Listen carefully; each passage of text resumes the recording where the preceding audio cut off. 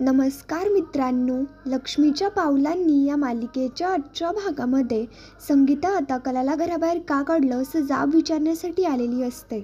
आणि नैना सुद्धा आता लगेच संगीतावरती ओरडत म्हणू लागते, आई तुला काय करायचंय ना ते कर, मला उगाच आत एक आणि बाहेर एक असं करायला जमत नाही.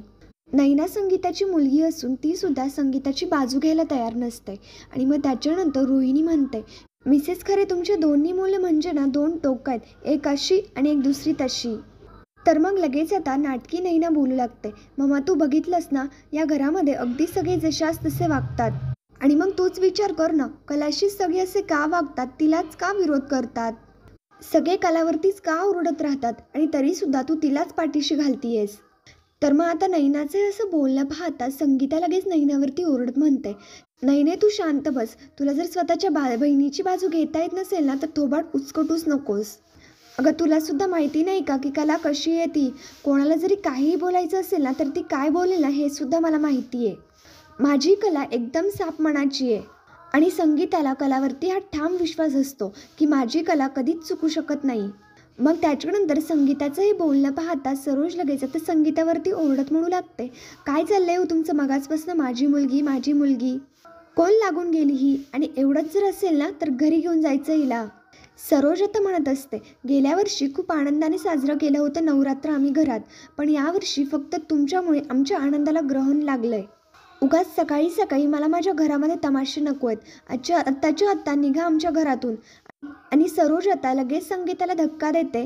तर मग संगीता पडता पडता वाचते कारण तिला कला पकडते. सरोज आता कलाला म्हणत असते की ही मुलगी मला माझ्या डोळ्यासमोर सुद्धा नकोय, ही मला माझ्या घरात काय दारात सुद्धा नकोय. जेव्हापासनं तुम्ही आमच्या आयुष्यात आलायत ना तेव्हापासनं आमच्या आयुष्याची सगळी सुखशांती तुम्ही नाहीशी केली आहे. आत्ताच्या आत्ता चालते व्हा इकडनं. आणि सरोज परत संगीताला धक्का मारते तर संगीता परत पडता पडता वाचते. मग तेवढ्यात लगेच तिथे आबा येतात आणि आबा आता घडलेला सरोजचा तो सगळा प्रकार पाहतात. सरोजला अशी या पद्धतीने बोलताना आणि वागताना पाहता आबा देखील भयंकर चिडतात. आबा लगेच सरोजला जाब विचारू लागतात की सरोज काय चाललंय हे. तर सरोज सांगते की आबा इथे काय घडलं ना हे बघायला आत्ता तुम्ही या क्षणी नव्हतात. दरवेळी तुम्ही आम्हाला यांची बाजू घेऊन गप्प करताना निदान या क्षणी तरी ते करू नका. पण आबा आत्ता इथे काय घडलंय काय नाही घडलंय हे समजून न घेता आत्ता या मला इथे जाब विचारायला आल्यात. आबा लगेच आता सरोजवरती ओरडत म्हणतात, सरोज मला तुझ्याकडनं ही अपेक्षा नव्हती. अगं आपण आपल्या घरी आलेल्या माणसाला असं हात धरून घराबाहेर नाही काढत. अगं चांदेकरांकडं फक्त पैशाचीच नाही तर संस्कारांची सुद्धा श्रीमंती आहे आणि नीतिमत्ता आहे. आणि मला या गोष्टीचा अभिमान होता की तुला या सगळ्याची चाड आहे. पण आता हे संस्कार आहेत का आपले. सरोज काय बोलणार तेवढ्यात आबा लगेच तिला शांत करतात. आता आबा सरोजला म्हणू लागतात, आज दिव्याईचा नवरात्राचा पहिला दिवस आहे. दिव्याईच्या सगळ्या तयारीची आणि आरतीची जबाबदारी ही तुझ्यावरती होती, कारण तू या घरची कर्तबगार सून आहेस म्हणून. पण यावर्षी मी ठरवलंय. आबा खूपच कठोर निर्णय घेतात आणि सरोजला म्हणतात, देवीआईची आरती यावर्षी सरोज करणार नाही. हे ऐकल्यानंतर तर सरोजला सुद्धा खूप मोठा धक्का बसतो आणि सरोज लगेच आता आश्चर्याने आबांकडे पाहायला लागते. आबांचं आता हे बोलणं पाहता सरोज लगेच कलावरती ओरडत म्हणते, हे सगळं ना फक्त तुझ्यामुळे होतंय, कारण आजपर्यंत आबा माझ्याशी या शब्दामध्ये बोललेले नाहीयेत. आणि सरोज आता कलाला चॅलेंज देत म्हणते, नाही तुला या घरातून कायमची बाहेर काढली ना तर नावाची सरोज नाही मी. तर आता सगळे आश्चर्याने लगेच सरोजकडे पाहायला लागतात. त्याच्यानंतर सरोज आता रागातच तिकडे निघून जाते. मग त्याच्यानंतर आता कला लगेच संगीताला म्हणू लागते, आई मी तुला म्हणत होते ना की नको आतमध्ये जाऊ, तरीसुद्धा आतमध्ये गेलीस. याच्यावरती संगीता कलाला म्हणते, अगं कला आई आहेस ग मी तुझी, तुझ्याशी हे लोक कशी वागतायत, तुझ्याबरोबर एवढं सगळं होत असताना मी गप्प कसं बसू. याच्यावरती कला आता लगेच संगीताला विचारत असते, मुळात म्हणायचं म्हणजे तुम्ही इथे आलातच का. शेवटी तुमच्या पदरी अपमानच पडणार आहे, याआधीसुद्धा आणि यानंतरसुद्धा. त्याच्यामुळे तुम्ही इथं सारखं सारखं का येता. तर संगीतासुद्धा आता लगेच कलावरती ओरडत म्हणते, आम्ही तुझे आईबाप होत ना म्हणून येतो. अगं तुझं लगीन करून दिलं म्हणजे तुझा संसार तू बघ, आमचा संसार आम्ही बघतो असं नाही होत. तर मग आता आबा लगेच संगीताची माफी मागत म्हणतात, हे बघा मी तुमची माफी मागतो. तुम्हाला माहिती का तुमची पोर सोन्याची आहे. आमच्या घरात्यांनी तिला डोक्यावरती घ्यायला पाहिजे, पण आमच्या इथं समद्यांची डोसकी फिरली आहेत. ते तिच्यावरती वाईट आरोप करतात, तिला वाईट वागणूक देतात. पर तुम्ही कुठलीही गोष्ट मनाला लावून घेऊ नका. आणि आबा स्वतः त्यांची माफी मागत असतात. अद्वैत, रोहिणी, रैना, रजनी हे सगळेच तो सगळा प्रकार पाहत असतात. मग त्याच्यानंतर कला आता आबांना म्हणते की आजोबा तुम्ही माझ्यासमोर हात जोडू नका ना प्लीज. कलाचे बाबासुद्धा आबांना म्हणत असतात, आबासाहेब आमच्यामुळे तुम्हाला एवढा त्रास होतोय आणि तुम्ही आमची अशी माफी नका मागू. तुम्ही स्वतः माफी मागावी अशी पात्रता नाही हो आमच्यात आबासाहेब. कलासुद्धा आता लगेच आबांना म्हणत असते, आजोबा काही जरी झालं ना तर मी सुद्धा तुमच्यासमोर अशी हात जोडायची वेळ नाही येऊ देणार. तुम्ही प्लीज आतमध्ये जा, नाहीतर बाहेर इथे तुम्हाला त्रास होईल. आबा आता लगेच अद्वैतला म्हणू लागतात, अद्वैत वयांचा अपमान झाला, ते खूप वाईट झालंय, पण आत्ता त्यांना मानांना तू घरी नेऊन सोड. अद्वैत बोलायला लागतो तर आबा लगेच आता अद्वैतला म्हणतात, अद्वैत म्हणजे तू प्रत्येक गोष्टीमध्ये माझा विरोध करणार आहेस का? तर अद्वैतसुद्धा त्यांना घरी नेऊन सोडण्यासाठी तयार होतो. मग त्याच्यानंतर आबा व सगळे तिकडे निघून जातात. अद्वैत आता त्यांना सोडण्यासाठी पुढे येतो तर मग आता कलाचे बाबा अद्वैतला म्हणत असतात, अद्वैतराव आम्ही आमचं जातो, तुम्ही नका त्रास घेऊ. पण याच्यावरती अद्वैतचं म्हणणं असतं की नाही मला ती गोष्ट आबांनी सांगितली आहे म्हटल्यानंतर मला ती पूर्ण करावीच लागेल. तुम्ही एक काम करा, तुम्ही पुढे व्हा आणि मी गाडी काढतो. तर संगीता आणि कलाचे बाबा दोघीही कलाचा निरोप घेऊन आता तिकडनं निघून जातात. त्याच्यानंतर तिथे फक्त कला आणि अद्वैत दोघेच राहतात. तर कला लगेच आता अद्वैतला जाब विचारू लागते की माझ्या आईचा अपमान झाला, तिला धक्के मारून घराबाहेर काढलं, तिथे सुद्धा तू असाच मूग गिळून उभा होतास का? तुला जेव्हा वाटलं की मी तुझ्या आईला धक्का दिला तेव्हा तू माझं काहीही न ऐकून घेता थेट माझ्या अंगावरती आलास आणि आता माझ्या आईवडिलांबरोबर तुम्ही असं वागताय तेव्हा सुद्धा मला असंच करायला हवं ना? अद्वैत लगेच कलाला म्हणू लागतो, काल तू माझ्या आईबरोबर जे काही वागली आहेस ना त्याच्यामुळे ही परिस्थिती निर्माण झाली आहे. कला अद्वैतला म्हणू लागते की इथे माझे आई बाबा मला म्हणतायत की परिस्थिती तुम्हाला एकत्र आणू पाहतीये, अद्वैतरावांचा नवरा म्हणून स्वीकार कर. पण कला आता अद्वैतला स्पष्टपणे सांगून टाकते की मी तुला इथेच सांगते की मी तुला नवरा म्हणून कधीही स्वीकारणार नाही, पण तू त्या लायकीचाच नाही आहेस. आता याच्यावरती अद्वैतसुद्धा कलाला म्हणतो, मला आजोबा म्हणत होते की तिला सुनेचा दर्जा वगैरे दे, पण मात्र तू सुद्धा त्या लायकीची नाही आहेस, त्यामुळे मी सुद्धा तुझं कधीही बायको म्हणून स्वीकार नाही करणार. त्याच्यानंतर कला आणि अद्वैत यांनी दोघांनी खूप मोठा कठोर निर्णय घेतलेला असतो. त्यानंतर आता इकडे दुसरीकडे नैनाला किचनमध्ये पुरणपोळ्या बनवायच्या असतात, कारण आबांनी त्याला तसं सांगितलेलं असतं. नैनाला काही जमत नसतं, ती वैतागते आणि लगेच स्वतःशी म्हणते, काय गरज होती या कलाला नको ते शहाणपणा करायची? तिच्या त्या मूर्खासारख्या बिहेवियरमुळे ना मला हे सगळं भोगावं लागतंय आणि हे सगळं आजच व्हायचं होतं का? नैनाला आता पुरणपोळ्या बनवण्याचं खूपच मोठं टेन्शन आलेलं असतं. नैना आता खूपच वैतागत सगळा राग त्या पिठावरती काढत असते. नैना आता म्हणत असते, तुला काय गरज होती की हे सगळं स्वतःच्या अंगावरती घ्यायची? मॉम इन लॉ सुद्धा ना काहीच कळत नाही, काय तर म्हणे त्या कलाची जागा घे. आता तिची जागा घेणं एवढं सोपं आहे का? आता नैनाला काय करावं काहीच समजत नाही. त्याच्यानंतर अद्वैत आता कलाच्या आईबाबांना सोडून येतो आणि तो कलाला तिथेच उभा पाहतो.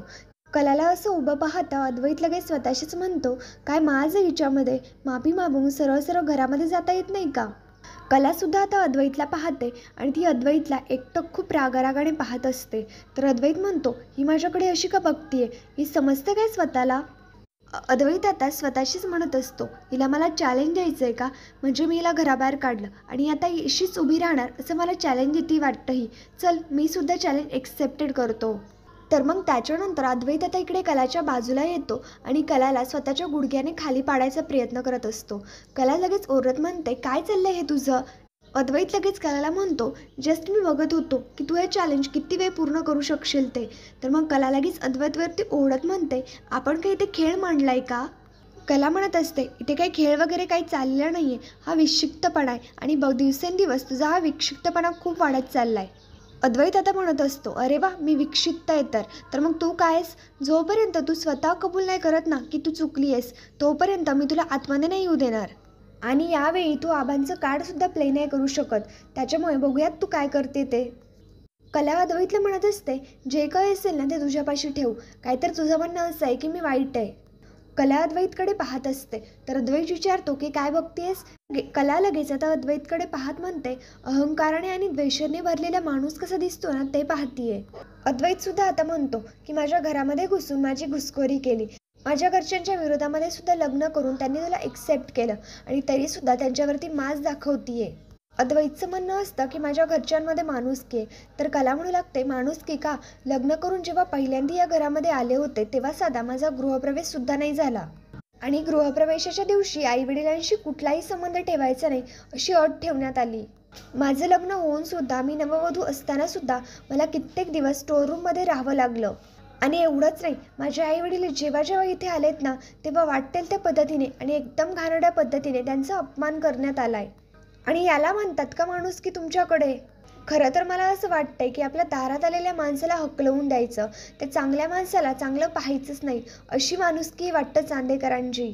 अद्वैत आता कलाला म्हणू लागतो, एखाद्या माणसाची चांगलं वागण्यासाठी समोरचा माणूस सुद्धा त्याच लायकीचा असायला हवा. समोरच्या माणसाला असं वाटत असेल की तो बरोबर आहे, त्याची काहीही चुकी नाहीये, तर चांदेकर अशा माणसांची जशाच तसे वागतात. कला आता अद्वैतला म्हणते की म्हणजे तुला असं म्हणायचंय की आबा जे म्हणतात ते चुकीचं आहे. कला अद्वैतला तिकडनं जायला सांगत असते, तर अद्वैत लगेच आता कलाला म्हणतो की तुम्हाला म्हणूनच जायला सांगतेयस, म्हणजे मी गेल्यानंतर तू बसशील आणि मी आलो का लगेच उठून उभी राहशील, हाच प्लॅन आहे ना तुझा? त्याच्यानंतर कला आता अद्वैतला म्हणते, पहिली गोष्ट म्हणायची म्हणजे तुला जेवढं महत्त्व मी देते ना तेवढं महत्त्व मी नाही देत. तर दुसरी गोष्ट म्हणजे तू असं वागतोयस म्हणून अख्खं जग तसंच वागेल असं नाही होणार. अद्वैत आता कलाला म्हणत असतो, तू काहीही बोल, मी कुठेही जाणार नाही, मी इथेच थांबणार. तर कलासुद्धा आता अद्वैतला म्हणते, बरं ठीक आहे थांब मग, मला काहीच फरक नाही पडत. कला लगेच आता अद्वैतच्या अपोजिट साईडला तोंड करून घेते. त्यानंतर आता इकडे दुसरीकडे नैनाला साधी कणिकसुद्धा मळता येत नसते आणि त्याच्यामध्ये खूप सारं पाणी झालेलं असतं. तेवढ्यात लगेच आता ती रजनी येते आणि रजनी नैनाचा तो सगळा प्रकार पाहता तिला म्हणते, अगं नैना, कणकेमध्ये ना जरा पाणी जास्तच झालंय. आणि तेवढ्यात लगेच आता तिथे आबांची सुद्धा एंट्री होते. आबा विचारतात की काय चाललंय. याच्यावरती आता आबा नैनांना म्हणत असतात की नैना, आपल्या नैवेद्याचं नियोजन हे संध्याकाळचं आहे का? आत्ता जर कला असते ना इथे तर तिने नैवेद्यसुद्धा बनवला असता आणि आम्हाला खमंग पुरणपोळ्यासुद्धा खाऊ घातल्या असत्या. नैना आता आबांना म्हणत असते, अहो आबा मी प्रयत्न करते ना. याच्यावरती आबा म्हणतात की प्रयत्न काय, तू संध्याकाळपर्यंत करशील. तेवढा तिथे सरोज येते आणि सरोज आता त्यांचं ते सगळं बोलणं ऐकत असते. आबा नैनाला म्हणू लागतात, अगं नैवेद्य लवकर दाखवायला पाहिजे, आज पहिली माळ आहे आणि तुला जमत नव्हतं तर पुढे पुढे करून जबाबदारी का घेतलीस? मग त्याच्यानंतर आबा आता रजनीला म्हणतात, रजनी आता तू ते सगळं ठेव आणि बाहेर जाऊन नैवेद्यासाठी कलाला घेऊन ये. आपल्या देवीला फक्त सुनेच्याच हातचा नैवेद्य हवा. तर मग सरोज लगेच आता आबांना म्हणू लागते, आबा आपल्या घरामध्ये फक्त काय 2च सुना आहेत का? आम्ही दोघीसुद्धा या घरच्या सुनाच आहोत आणि इतकी वर्ष मी स्वयंपाक केलेला नसला म्हणजे काय मला स्वयंपाक येत नाही असं नाही होत. यावेळी मी आणि रजनी आम्ही दोघीही मिळून नैवेद्य करतो. तर मग आता सरोज लगेच आता किचनमध्ये पुरणपोळ्या बनवण्यासाठी निघून जाते. तर मग त्याच्यानंतर आता इकडे दुसरीकडे कला उभीच असते आणि ती स्वतःशीच म्हणत असते, आजोबा नेहमी म्हणतात की सणावाराला नैवेद्यासाठी सुनेचाच हात लागतो. आता माझ्या हातून नैवेद्याचं काहीही होणार नाही. खरं तर मला हे सगळं करायला मनापासून खूप आवडतं. देवीची मूर्ती घडवली पण मात्र तिच्यासाठी नैवेद्य करायचं नाही ना, ही गोष्ट मला पटतच नाहीये. इकडे अद्वैत आता लगेच कलाच्या बाजूला पेहराच देत असतो की कला बसती की नाही हे पाहण्यासाठी. तर मग अद्वैत लगेच आता स्वतःशीच विचार करत म्हणतो की आता ती आगाऊ असाच विचार करत असेल की हा कधी जातोय आणि मी कधी बसतीये. त्याच्यानंतर आता कला इकडे अद्वैतकडे पाहते आणि अद्वैतला रिक्वेस्ट करत म्हणू लागते, मला देवी आईचं नैवेद्य बनवायचं होता आणि मला फक्त आतमध्ये येऊन अंघोळ करू दे असंच मला म्हणायचं होतं. तसं तर खरं तर मी बसणार नाहीच आहे, पण जोपर्यंत तुम्हाला आतमध्ये घेऊन जात नाही तोपर्यंत मी आतमध्ये येणारच नाही आहे. पण मात्र देवी आईच्या नैवेद्याचा प्रश्न आहे म्हणून मला फक्त 15 मिनटं हवी आहेत. अद्वैत कलाला सक्त नकार देत म्हणतो की मगाशिकच तू म्हणालीस ना की हा काय खेळ वाटला का, तर मग हा तुला पण काही खेळ वाटतोय का? मग त्याच्यानंतर तेवढ्यात आता लगेच तिथे सोहम येतो आणि कला सोहमला म्हणते, सोहम माझं एक काम करशील का, मला पाण्याने भरलेली कळशी आणून देशील का? सोहम हो नाही बोलणार. तेवढ्यातच लगेच मागणं अद्वैत सोहमला खुणावून सांगतो की नाही म्हणून. सोहम लगेच आता अद्वैतचं काही ऐकत नाही आणि घाबरत घाबरत लगेच पाण्याची कळशी आणण्यासाठी तिकडनं निघून जातो. अद्वैत विचार करत असतो की अति आगाऊला आता पाणी कशाला हवंय, हिच्या डोक्यामध्ये नेमकं चाललंय तरी काय? सोहम कलाला कळशी आणून देतो. तर मग अद्वैत लगेच आता कलाला विचारत असतो की खरे तुझं काय चाललंय. पण कला आता कोणाचंही काही ऐकत नाही आणि बाजूला जाऊन त्या कळशीतलं पाणी स्वतःच्या अंगावरती ओतून घेते. अद्वैत आता लगेच कलाला म्हणतो, अगं तू हे काय केलंस? याच्यावरती कला सांगते की अंघोळ केली. तेवढ्यात आता अद्वैतला सरोजचा आवाज येतो. त्याच्यामुळे अद्वैत आता तिकडे निघून जातो. तर कला सोहमला म्हणू लागते, सोहम माझं एक काम कर ना, जेवढं पुरणपोळीसाठी साहित्य लागणार आहे तेवढं आता सोहमला सांगते आणि त्याला म्हणत असते, कोणाच्याही नजरेत न येता मला हे सगळं आणून दे ना. नाहीतर घरामध्ये परत वाद होतील. तर सोहमसुद्धा आता कलाला म्हणतो, बरं ठीक आहे, तू अजिबात काळजी करू नकोस, मी आणून देतो. कला आता सोहमला म्हणू लागते, सोहम काल जे काही घडलं ते माझ्या घरी सांगितलंस ना? याच्यावरती सोहम म्हणतो, अगं हो वहिनी, हे जे काही घडलं ना ते मला सहन नाही झालं आणि म्हणून मी ते काजलला सांगितलं. मला असं वाटत होतं की ते काहीतरी करतील म्हणून सांगितलं. तर कला आता लगेच सोहमला म्हणते, सोहम बरोबर आहे तुझं, पण मात्र आईबाबासुद्धा छोट्या छोट्या गोष्टीमुळे सारखे टेन्शन घेत राहतात. इथे काही जरी घडलं ना तरीसुद्धा त्यांना खूप दडपण येतं. मग त्याच्यामुळे असं काही झाल्या त्यांना सांगितलं नाहीस ना तर बरं होईल. सोहमचं म्हणणं असतं, मग वहिनी जगातलं सगळं टेन्शन फक्त तूच एकटी घेणार आहेस का? त्याच्यानंतर सोहम आता सामान आणण्यासाठी घरामध्ये निघून जातो. तर मित्रांनो, पुढील भागामध्ये आपण पाहणार आहोत. मग त्याच्यानंतर सगळे आता नवरात्रीच्या पूजेसाठी असतात आणि पुरणपोळ्याचा नैवेद्य दाखवण्यासाठी सरोजला आणायला सांगतात, पण मात्र सरोजकडनं चुकून त्या सगळ्या पुरणपोळ्या खाली सांडतात. रजनी आता म्हणते की आता देवीला आपण नैवेद्य काय दाखवायचा? सोहम लगेच कलाने बनवलेल्या त्या पुरणपोळ्या आबांना दाखवत म्हणतो, याच्यात पुरणपोळ्या आणि या पुरणपोळ्या कलावहिनीने स्वतः बनवल्या आहेत. तर आबांना खूप छान वाटतं, कारण आबा म्हणतात की देवी आईने आपला नैवेद्य स्वतःच बनवून घेतला म्हणायचा. आता सगळे जेवण करण्यासाठी बसलेले असतात. तर मग आबा आता फक्त ती प्रसादाची पुरणपोळीच घेतात. आबांचं म्हणणं असतं की माझी नाचून उपाशी आहे आणि माझ्या घशाखाली घाससुद्धा नाही उतरणार. तर मग आबांचं असं म्हणणं पाहता अद्वैत लगेच म्हणतो की जेवेल ती.